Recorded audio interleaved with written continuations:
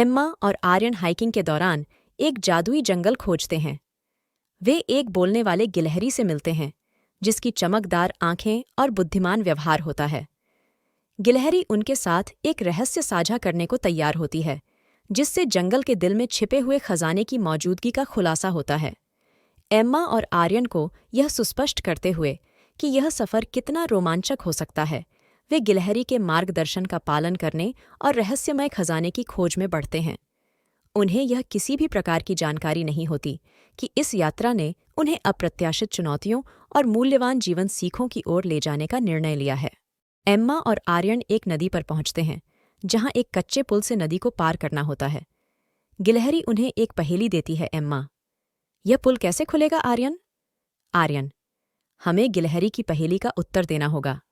गिलहरी: मेरे पास बहुत सारी चाबियां हैं, लेकिन मैं ताले नहीं खोल सकता। मैं क्या हूं? एम्मा: अच्छा, गिलहरी की पहेली है, हमें इसका उत्तर ढूंढना होगा।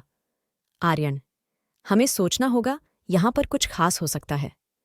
दृढ़ इरादा से एम्मा और आर्यन पहेली के उत्तर की ओर बढ़ते हैं।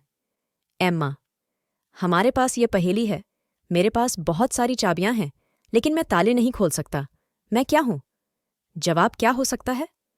एम्मा और आर्यन यह सोचने में व्यस्त रहते हैं और आखिरकार उन्हें उत्तर मिलता है। एम्मा: हमारे पास जवाब है। आर्यन: गिलहरी ने कहा कि उसके पास बहुत सारी चाबियां हैं, लेकिन वह ताले नहीं खोल सकती। इसका मतलब है, वह एक पियानो हो सकती है, जिसमें चाबियां होती हैं, लेकिन वह ताले नहीं खोल सकती। आर्यन: तुम बिल्कुल सही हो एम्मा, हमने पहेली का उत्तर खोज लिया है। उन्होंने पहेली का सही उत्तर दिया है और पुल को पार करने का संकेत प्राप्त किया है। एम्मा और आर्यन जंगल के दिल में एक साफ जगह पर पहुंचते हैं, जहां एक चमकदार पौधा होता है, जिसका प्रकाश आसपास की चीजों पर पड़ता है।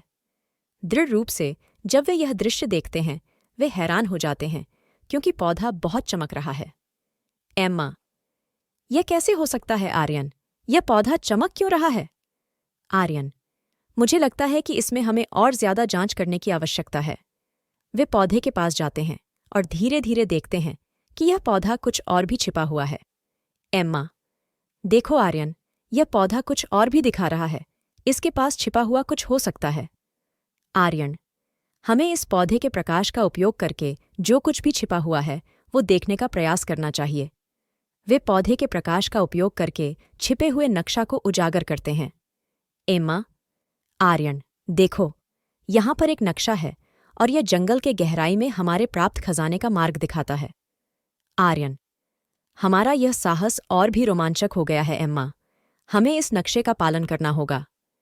इस दृश्य में एम्मा और आर्यन ने पौधे के चमकदार प्रकाश का सही उपयोग किया और छिपे हुए नक्शे को उजागर किया, जिससे वे खजाने की खोज में आगे बढ़ सकते हैं। इन चुनौतियों को पार करने और समझदार फैसलों के बाद एम्मा और आर्यन जंगल की गहराइयों में स्थित खजाने के स्थान पर पहुंचते हैं।